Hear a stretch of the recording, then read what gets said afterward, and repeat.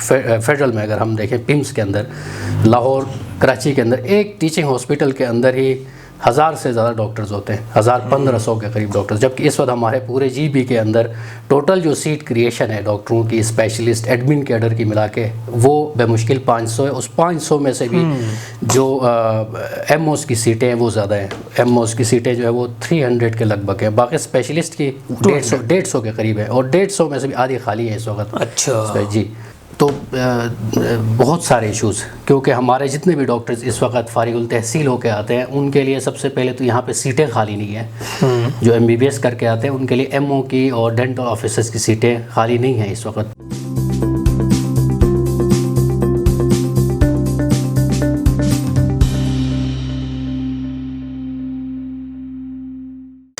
بسم اللہ الرحمن الرحیم۔ آئی ویکس میڈیا نیٹ ورک کے پروگرام حالات حاضرہ میں ہوں آپ کا میزبان فہیم اختر۔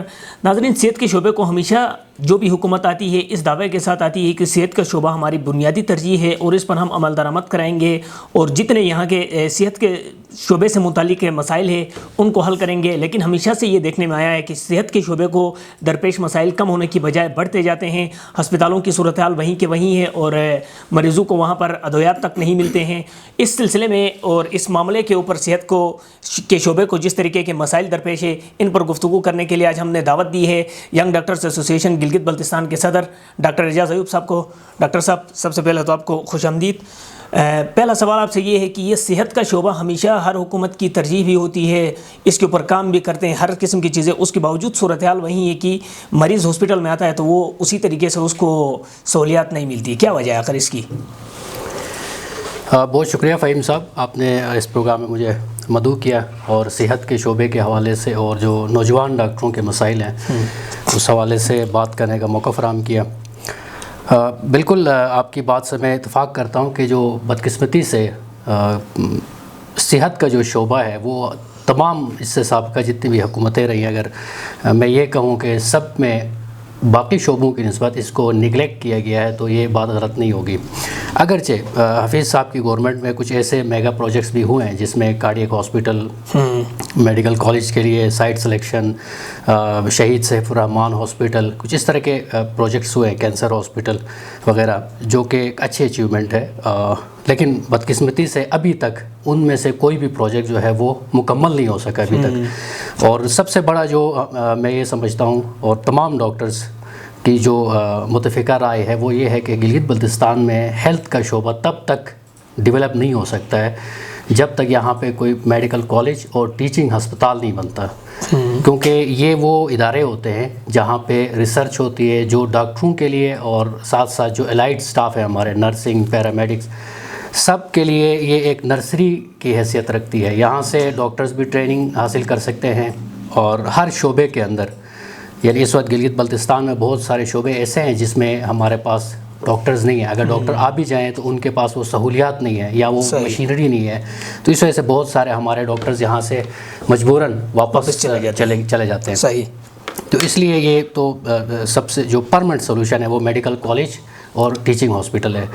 ابھی میں آپ کو چند چیدہ مسائل جو اس وقت موجودہ جو ہمارا ہیلتھ سسٹم ہے، مطلب ینگ ڈاکٹرز ایسوسی ایشن کے حکومت سے جو مطالبے ہیں، ہاں، مطالبات کا بھی، اور دوسرا ہمارے صحت کے شعبے میں جو مسائل پیشنٹس کو بھی درپیش ہیں ڈاکٹرز کے ساتھ ساتھ، اس پہ میں بات رکھوں گا۔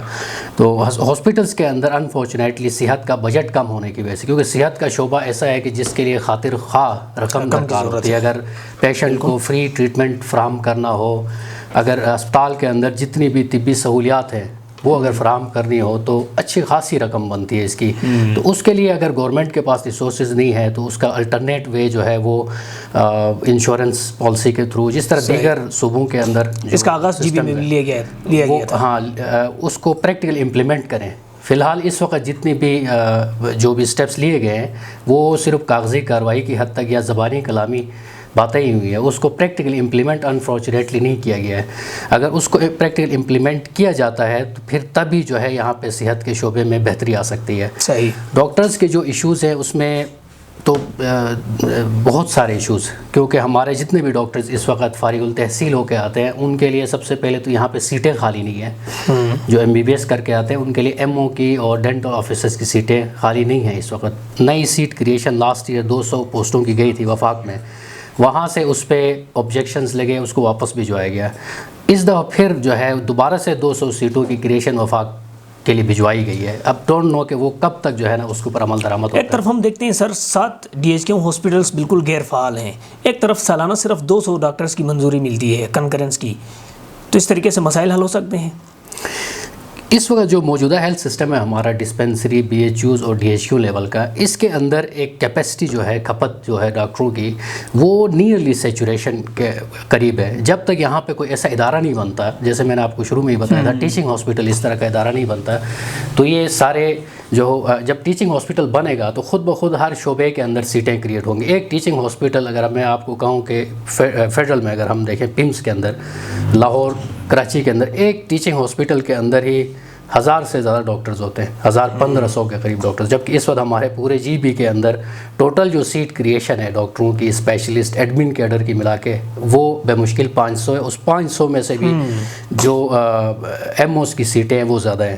MOs کی سیٹیں جو ہے وہ 300 کے لگ بھگ ہیں, باقی اسپیشلسٹ کی 150 کے قریب ہے, اور 150 میں سے بھی آدھی خالی ہے اس وقت. اچھا جی سر, ایک اور ایشو جو ہم دیکھتے ہیں گلگت بلتستان کے کوٹے پر, یہاں سے جا کے ملک کے دیگر حصوں میں, دیگر علاقوں میں جا کے MBBS میں داخلہ لیتے ہیں, مکمل کرنے کے بعد واپس گلگت بلتستان آنے کا رجحان بھی ڈاکٹروں میں نظر نہیں آتا ہے. اس کی کیا وجہ ہے؟ اس کی سب سے بڑی وجہ تو یہ ہے کہ میں نے آپ کو بتایا کہ ایک تو یہاں پہ جاب کی جو فیسلٹیز ہے وہ اس طرح کی نہیں ہے, کیونکہ اگر اس وقت جو کرنٹ سچویشن یہ ہے کہ اگر ایک گلگت سے تعلق رکھنے والا, سکردو سے تعلق رکھنے والا, جس کی پوری فیملی یہاں پہ, وہ اگر یہاں آتا ہے تو اس کو جاب کرنے کے لیے جو پوسٹیں اویلیبل ہیں وہ گلتری میں اویلیبل ہیں, دارالتانگیر میں اویلیبل ہیں, اسی طرح یاسین کے کسی علاقے میں, دور دراز علاقوں میں جو سیٹیں ہیں نا وہ ابھی ویکنٹ پڑی ہیں. گلگت کے اندر جو سیٹیں ہیں وہ نیئرلی سیچوریٹڈ ہے. تو اس وجہ سے جب وہ دیکھتے ہیں کہ ہمیں اس طرح کے فار فلنگ ایریا میں جانا پڑے گا, جہاں پہ پھر جب ڈاکٹرز کو بھجوایا جاتا ہے تو وہاں پہ ایک تو جو صحت کی سہولیات ہے وہ تو ہے یہ مسئلہ, لیکن ساتھ ہی اس ڈاکٹر کی رہائش کا, کھانے پینے کا, اس کا جو ٹرانسپورٹ کا جو سب سے بڑا مسئلہ ہے, وہ مسائل بھی بہت زیادہ ہے وہاں پہ. اس وجہ سے ڈاکٹروں کو جب تک فیسیلیٹیٹ نہیں کریں گے تو اس طرح کے علاقوں میں وہ کیسے جا سکتے ہیں. یہ ایک بڑا بیریئر ہے فیسلٹیز کا بھی. اگر وہ آ بھی جائیں تو ابھی تو یہ صورتحال ہے کہ اس وقت سیٹیں ہی ختم ہو چکی ہیں. اب اگر ڈاکٹرز کی بہت ساری CVs ہمارے ہیلتھ ڈپارٹمنٹ میں پڑی ہوئی ہیں جن کو بدقسمتی سے جابز نہیں مل پا رہی ہیں کیونکہ آگے سیٹیں ہی نہیں ہیں.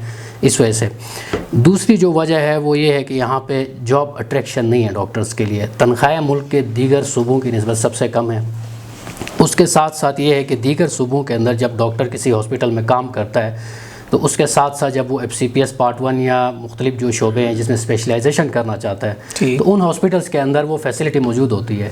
جبکہ ہمارے گلگت میں یہ ہے کہ انفارچونیٹ جب بندہ یہاں پہ آ جاتا ہے تو اس کو تو پہلے کنٹریکٹ پہ بھرتی کر کے اس کو خوار کیا جاتا ہے. وہ پھر سال 2 سال 4 سال تک کنٹریکٹ پہ جاب کرتا رہے گا.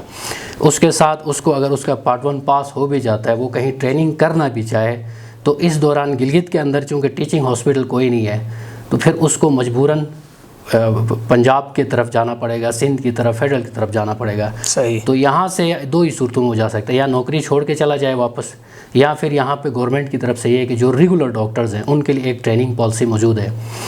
اس ٹریننگ پالیسی کے تھرو وہ جا سکتے ہیں, لیکن ٹریننگ پالیسی سے تب وہ مستفید ہو سکتے ہیں جب وہ ریگولر ہوں گے. تو وہ کانٹریکٹ پہ ہوتے ہیں پہلی بات تو یہ, تو وہ پھر اس پالیسی کا ان کو کوئی فائدہ نہیں ہوتا. صحیح. یا تو حکومت یہ کرے کہ کانٹریکٹ ڈاکٹرز کے لیے بھی کوئی اسٹائپنز رکھے, اوپن میرٹ پہ رکھے بے شک, تو اس سے پھر یہ ہوگا کہ ایٹ لیسٹ ڈاکٹرز آئیں گے اور ان کو یہ پتہ ہوگا کہ کل کو جب میں نے اسپیشلائزیشن کرنے کے لیے جانا ہوگا تو مجھے گورنمنٹ کی طرف سے اسٹائپنڈ ملے گا. بالکل طریقہ کار ہے, تو پھر وہ پریفر کریں گے یہاں پہ آنے کے لیے. ادروائز موجودہ حالات کے اندر جو ہے وہ ڈسکریجمنٹ بہت زیادہ ہے ڈاکٹرز کی, انکریجمنٹ بہت کم ہے. اچھا. اس وجہ سے آنے کا رجحان بہت کم ہے. ایک عرصے سے ہم سنتے آ رہے ہیں کہ میڈیکل کالج بن رہی ہے, میڈیکل کالج بن رہی ہے. میرے خیال سے مشرف دور سے بھی یہ کہانیاں چلتی ہوئی آ رہی ہے. گراؤنڈ پہ کوئی کام اب تک نظر کیوں نہیں آ رہا ہے؟ ڈاکٹروں کی اپنی بھی اس میں کوئی انٹرسٹ نظر نہیں آ رہی ہے. ڈاکٹرز کی طرف سے تو پچھلے 1 سال کے اندر بہت بڑی کمپین بھی چلائی گئی ہر لیول پہ. ہم نے بہت سارے پریس کانفرنسز میں اس ایشو کو ہائی لائٹ کیا, اور سوشل میڈیا پہ اس کو ہم نے ٹویٹر پہ ٹرینڈ چلایا اس کا, سوشل میڈیا پہ بہت, اور اس کے لیے سول سوسائٹی کی طرف سے, سوشل ایکٹیوسٹ کی طرف سے بھی ہمارے لیے کافی اچھا رسپانس دیکھنے کو ملا.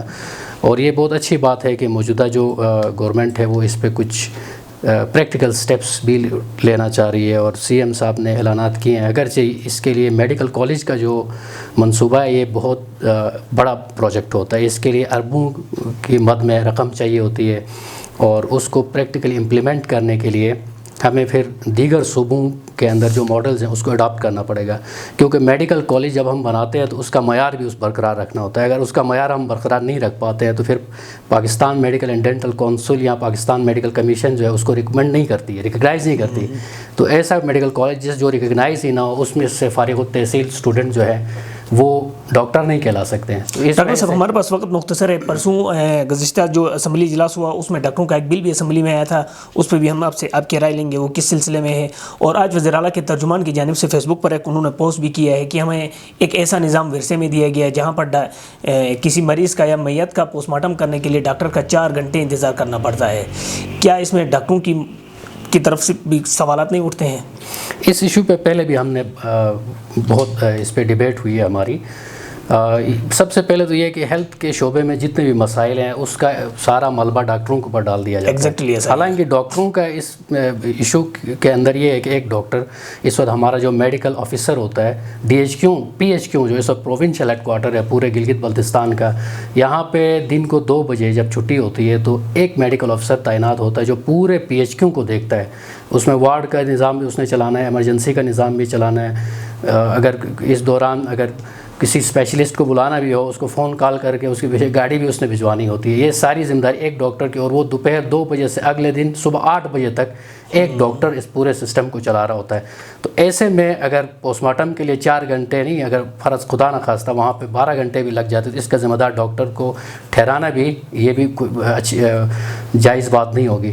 حکومت کو چاہیے کہ ٹاپسی کے لیے اور جو پوسٹ مارٹم کے کیسز ہیں اس کو دیکھنے کے لیے الگ سے، جس طرح دیگر صوبوں کے اندر ایک الگ ڈپارٹمنٹ ہوتا ہے اس کا، جس کو ہم فورینزک میڈیسن یا میڈیکو لیگل آفیسرز کہتے ہیں، یہاں پہ بھی اس طرح ہمارے جو میڈیکو لیگل آفیسرز ہیں اور فورینزک اسپیشلسٹ ہیں یا پولیس سرجنز ہیں ان کو بھرتی کیا جائے. جون 2020 میں سابقہ گورنمنٹ نے کانٹریکٹ ڈاکٹرز اور پیرامیڈکس کا ایکٹ کابینہ سے منظور کروانے کے بعد اس کو اسمبلی میں اس بل کو پاس کیا تھا.